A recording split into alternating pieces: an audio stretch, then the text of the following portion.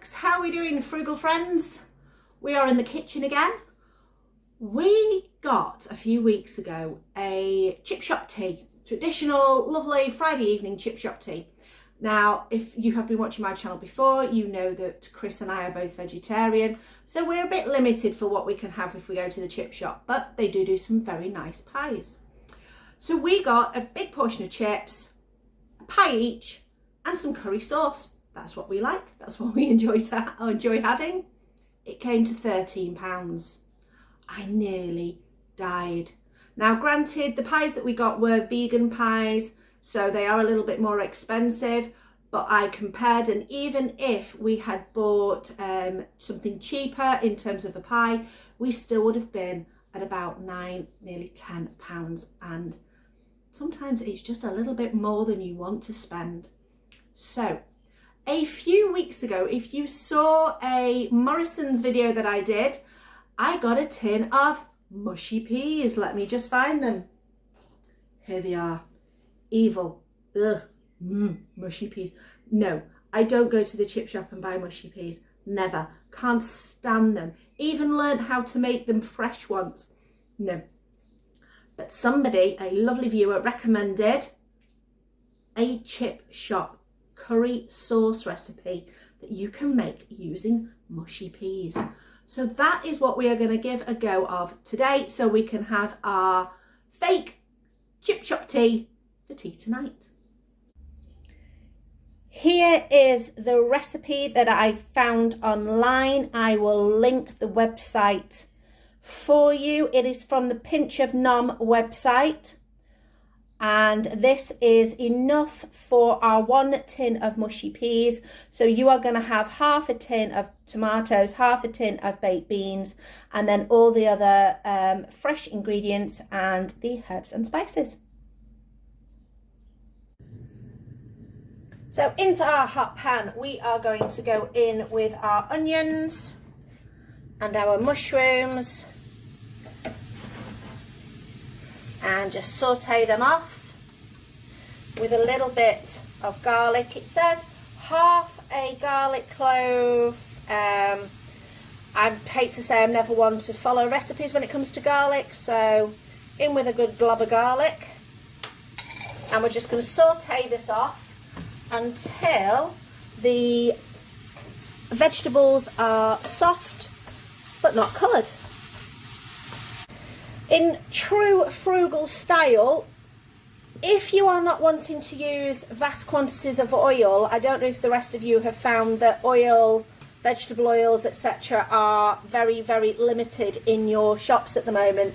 I managed to buy a big bottle just before everything went a bit, squiffy. But what you can do is, if you're finding things are sticking, is do what we call a water saute and just put a splash of water in, and that will help cook off your vegetables. Plus it saves you a few calories here and there as well if you choose to. And that's the way that I like to do it if I don't want to use any extra oil. We're going to go in with our next ingredient. So we have got our half tin of tomatoes. We are going in with our half a tin of baked beans. We are going in with our full tin of mushy peas. Oh God, they look as bad as I remembered they do. Oh God, this better taste good. Okay, in it goes. We are then adding a stock cube, just crushing that in. Then next we are going in with the honey. Now I have slightly greased my measuring spoon just because it helps the honey slide off a little bit easier, so hopefully this should work. A scant teaspoon of this lovely runny honey. There we go, and hopefully, there you go, it's sliding off a lot easier than what it would do if you hadn't have greased it. We're then going to add our spices. So we have got a half teaspoon of chili powder. I have only got chili flakes, so I'm just going to put that in. And then we are going for a teaspoon of curry powder. I've just gone for a medium curry powder. In that goes. And then we are going to give this a little bit of a mix.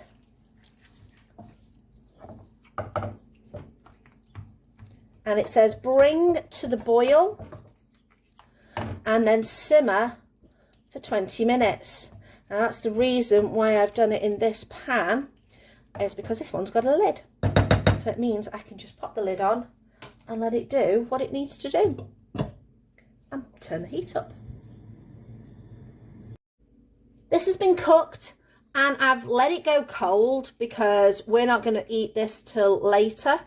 So, and plus I don't like particularly putting really hot stuff in the smoothie maker. I'm not going to use a blender today. I'm going to use my smoothie maker. So I'm going to pop this in and blend it up. I have just tasted this and I'm still getting that mushy pea flavour. It needs something with a bit of tang to it. So in my brain is thinking a little bit of sweet paprika. I'm thinking cumin. Cumin has got a slight sweetness to it, but also a bit of a tang. But it also needs a little bit of heat. Maybe my curry powder wasn't quite heated enough. So I'm going to add a little bit of cayenne. This is what I am thinking. It's important to just make a recipe your own. You start with the base recipe, go from there and think, what do I need? Sometimes it needs a little bit of sweetness. Sometimes it needs a little bit of salt. Sometimes you think it needs salt, but it really needs acid. You might want to put a bit of lemon in there. Heightens the flavour. You've got to play around with flavours just to get what you want. Let's have a try. For me, yes, that's much more. Maybe it's just my curry sauce that I have from the local chip shop near me, but that's closer to my curry sauce. We will be having it, woo, a little bit of kick at the back. We will be having it with, if you remember, or you have seen my little suet pies that I made. These are my suet pies. I will link a video in the description for these. We're going to have these and we are going to have some chips, proper thick chunky chips. And I'll let you know how it is later and I'll let you know what Chris thinks. Tea is made. Come down and have a look. So we've got our pies that we made the other day, and have a look for the link for that in the description box with our lovely suet pies. We've got our chips that have been made in the air fryer, and now we are going to go in with our curry sauce. Now this is giving us quite a good amount of curry sauce.